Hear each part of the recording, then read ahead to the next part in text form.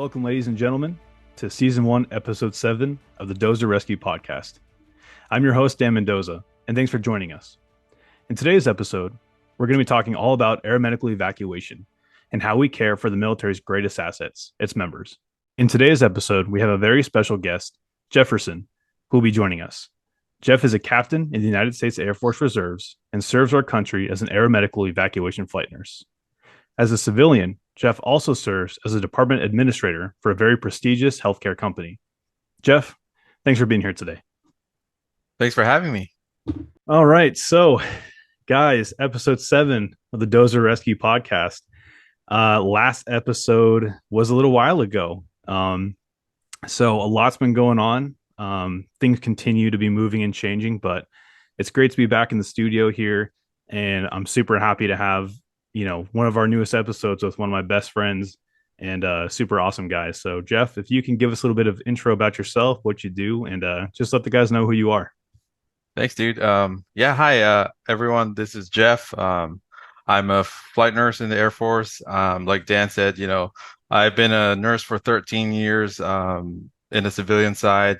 I've done pretty much like trauma ICU, ER, and open heart nursing. And right now I just do rapid response and code blue. I function as a department administrator for a team of ICU skilled nurses, and I love what I do. I'm a flight nurse on the military side, and it's a great balance. That's awesome. Well, Jeff, great to have you on the show again, and I'm looking forward to hearing your answers to some of these questions. Thanks, man. All right, so this episode is all about aeromedical evacuation. This has been a large request even from day one. People all over the world love flight medics and flight nurses. They love the military, and having a job in the Air Force where you can be, that care provider in some of the people's darkest hour is incredible. And I know for myself, ever since I've been in AE, it's been the best job, in my opinion, I've ever had in my entire life. And I don't know if that's for you too, but there's just something special about, being able to care for people, getting to wear the flight suit and getting to really be their hands on. And not many people get to experience that. So in this episode, we're going to talk about all about AE, kind of what goes into it, what makes us, some training, things like that. We're going to cover a lot of different topics. So Jeff is a guy with a lot of knowledge, a lot of wisdom. And if anyone's going to tell you anything about AE, it's going to be him. Thanks, man. So let's go ahead and start off with our first question that we've received here. And that is going to be, how does your training differ from when you're actually performing a real life mission? Because a lot of people understand the training with the mannequins. They see us doing the sim labs. They see us doing all the textbook work and all that kind of stuff. But people want to know, what is the main difference when you're doing it on a mannequin versus a patient in real life? All right. So, well, first of all, when you're training, you're geared towards checking off what we call beans. In the AE, we call them beans because you count them. There's a certain amount of training information that you have to finish for you to be qualified. And there's also a certain amount of training that you have to do to maintain your currency. So what that means is basically hitting off from cardiac arrest to respiratory arrest to pediatrics, name it, all the parts of the body that potentially can have any issues when you're actually flying, considering the altitude and considering all the other comorbidities of the patient, the injury and all that stuff. So in training, we go above and beyond. We want to make sure that we know how to address emergencies, in-flight emergencies. It could be ground emergencies as well. That's why during our briefing, we talk about plans.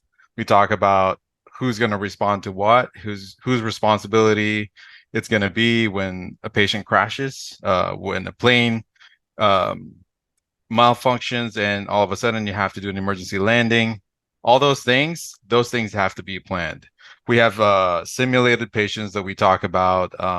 We talk about real life emergencies and injuries that had happened in the past, and we use that for training so that we are ready when the time comes. So to answer your question, when we do a real life mission, it's more practical. We do a lot of things where you would never think that a psychiatric patient will react, but in the real life, you might see bits and pieces of that, but it's not nearly as bad. It could be bad. That's why we're training, which is, the purpose of the training. You can fail, but you can learn from it. But in the real life, you do more practical things. You get to have that human connection with the patients. You get to have that sense of purpose. You get to have that rewarding feeling that you're able to bring the patients back home, the sick and the wounded. And I think, for all of us in AE, a lot of what we do is really to support that mission. And that's kind of what inspired me to join. And the more that I do the job, the more that I'm inspired to do more of that. What an answer. Yeah. Do you see why I wanted him on the show? Um, no, I agree 100%. I think you nailed it right on the head. And when you're doing your training, it's easy to go down your checklist and just do, okay, A, B, C, D, cool, and that's it. But in real life, it's a lot different. You got to think on your feet. You got to Hmm. think autonomously, and you got to just, you may not have a perfect answer or a perfect solution, but as long as you're taking care of your patient, that's the best you can do. Just follow your training, and yeah. And a lot of times too, you have to think outside the box when you're in the real life situation. You know, you would never expect things to happen, but they do happen. And I would love to share more, but some information are just like private, and we just, we talk about it, we learn from it as a team, and we go forward. All right. So next question we have here is, what is the best part about being a flight nurse? So that's a good question because when I first joined, I see all these nurses, they've been there for 30, 40 years. Some people have actually been there 45 years. And I keep asking the question that, you know, we do the same thing over and over for training just to make sure that we maintain currency. But what is really the best part about being a flight nurse? Not only are you able to apply the skills that you've learned in the civilian side, or the skills that you don't have that you're learning, right? But also you get to be that medical crew director, which ultimately operates the mission with the pilot in charge. And when you do that, you feel that responsibility that with your authority and the skill that you have, you're able to bring back these patients and these people. And the best part about being a flight nurse is the overarching goal of making sure these patients make it back home. I can only imagine how it's like to be out there without your family, and be sick at the same time. You're at a vulnerable state. You're worried about how you're going to get home. You get on this plane, you're uncomfortable, you may be in pain, but the best part about it is just knowing that you're safe and people are taking care of you.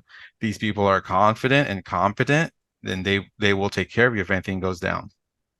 So just that knowledge of the mission and what the purpose of it is, that's to me, that's the best part. Yeah, 100%. The purpose, I agree, full on. There's no other job in the world that feels as satisfying as what we do. You can be an accountant, you can be this, you can be that. There's all kinds of jobs where you can make a tremendous amount of money and have the title and have the status, but you're not really providing anything. You're not really giving anything back to the community or your country. And I think being able to, at the end of the day, say you've served your country and Hmm. being able to look at someone in their eyes and say, hey, we're going to take care of you, we're going to get you home, that can change their entire life. They could be having Absolutely. suicidal thoughts in that moment or think, I don't know how I'm going to make it out of this, but something as simple as the patient care they receive, just the interaction and everything, that can just completely change them around 100%. All right, coming over here to our next question. This one's kind of a double question for you, Jeff. So, let's just say if you're a nurse, Hmm. you're a brand new nurse and you see this and you're like, oh man, I really want to get into that. I want to go through and load patients on helicopters and fly in a C-17 and do all this crazy stuff. How would a nurse get into aeromedical evacuation as a flight nurse? And then would you also encourage other members who are not necessarily military? Would you encourage them to try the military out? Is that a lifestyle you think that would be beneficial for them? Uh, it's not for everybody. I'll be honest. So the answer is it's not for everybody. First of all, if you are joining just because of, you know, what we do and not really knowing what the whole purpose and mission entails, that's going to be a problem. Some people become nurses because of the money, and that becomes a problem in the longer run. And if you're doing this for the title per se or the bonus that comes with it, that then you're in the wrong profession. I highly recommend that the nurses outside to join, only if they really explored what it is to be an AE nurse, what it is to be a military nurse. There's a lot of sacrifice that goes into it. Um, it's like being married to your job, essentially. Uh, Doing this training for almost 6 months to 8 months, the continuous growth and the continuous uh, need for more training, that's just how it's going to be. Yes, a traditional reservist comes to the base once a month, but for a flyer like us, for a flyer like an AE nurse or an AE tech, you maintain currency over 90 days. And what that really means is that you want to make sure that there are missions going out. And if those missions get canceled, then you need to get currency again. That means you have to fly with an instructor, and that takes more from you. Um, some people fly from outside the states into, um, or sorry, some people fly from out of state and into California just to go back to the squadron, and that becomes really challenging because a lot of times you're fighting with different time zones and you're trying to catch the training. So to me, if you really want to be an AE, make sure that you do your research. You know what it's like. You're ready to sacrifice your time, um, and it's the lifestyle that you want because it consists a lot of traveling, it consists a lot of time away from work, a lot of time away from your family. In the beginning, there's a lot of time that's spent, in the squadron and after training school, tech school, all that stuff. But it gets lighter, but also the consistency of time being spent at home is really not really there. So, um, to answer your question, if you are really into the military and that kind of lifestyle, then it is for you. For me, I've been a nurse for 13 years, so I feel like I've exhausted all my time in the inpatient side and the civilian side. And with the skill that I learned from trauma nursing and ICU nursing, all that stuff, I was ready to use that skill set into a global perspective to try to bring patients home from different countries and back into the United States. That's for me, that's my purpose, and that's why I joined. Yeah, and I'll just add to that. This is a little different from what you were saying, but for me, a really big component, if you are a nurse and you're looking into doing the flight nursing thing, don't get caught up in just the theatrics of it, Yeah. if you will. I know it looks cool on TV and commercials, and you get to see the plane, dropping into a hot zone and you're unloading patients. I know it looks all glamorous, um, but like Jeff was saying, it's hard on family life, and I can attest to that. It can be rough, especially if you have Mhm. young kids, if you have a spouse who loves you, for lack of a better term, and wants to spend time with you. That can easily set some big gaps in your family. And if you're single, I'm not saying you have to go into single, but if you are Yeah. single and you become a part of this lifestyle, it is going to go way easier for you, not in the sense of in terms of relationships, but because you don't have that foundation at home waiting for you. You can have dogs, and I mean, you can attest, Jeff, you have dogs too, Yeah. and you have to take care of them while you're gone. But if you are single and you do not have a family, you don't have kids waiting for you at home, you don't have, your grandparents, whatever, want to see you all the time, it's a lot easier to deal with, way easier because you can focus on the mission. You don't have to stress out about what's going on back home. and it allows you to be fully involved if that's what you decide to do. But again, it's not for everyone. I know people who joined the military and they quit. I mean, the first couple of weeks into basic training because Yeah, they've realized, oh, this is a lot. dude. This is a lot of rules and regulations, and I have to deal with people yelling at me. But that's how it is, you know. And the needs of the military comes first. So one of our Air Force core values is actually service before self. So that's something that I think about when I actually do my military duties. It's like, am I here for myself? It's really not. It's not. That's not the reason I'm here. I'm here because I signed up for a mission and I'm here to do that. Yeah, we joke about it all the time. It's not for the pay. It's not for the pay. It's not for really the recognition either. It's Yeah. for serving your country. It Yeah. is voluntary work. I mean, it takes a lot to be able to say, "Hey, we're going to stick you somewhere in another state or another country, and you're going to be there for X amount of years, and you're going to have to just do what we tell you to do, They and can just extend that for you too without yep, knowing. yep." They can extend it, and they can throw all kinds of stuff at you, and you got to be prepared to handle that. But if you do accept that and you say you're willing to take on that challenge, then just know that you are a part of the bigger picture. You are truly serving your country. You are literally right there doing the things that 90%, 95, I forget what the statistic is, but you know, the military is the one percenters. No one else is willing to do and ready to do. And by you doing that, that also strengthens your character, your values, your morals. And I think that helps overall just make you a more refined, stoic individual that everyone can appreciate to a degree. It's just a bit off topic too. As it is in today's world, there's a lot of shortage in nursing. There's a lot of shortage in the civilian side. And so the Air Force is offering some bonus for the nurses who sign up. But a lot of people actually think about that as the light at the end of the tunnel, but it's not because there's always funding issues. But, you know, really, if you want to join as a flight nurse in the Air Force, you really want to know, is this mission really what I signed up for? Am I willing to sacrifice my time? Am I willing to sacrifice my family? It's a beautiful job. It's a very rewarding job.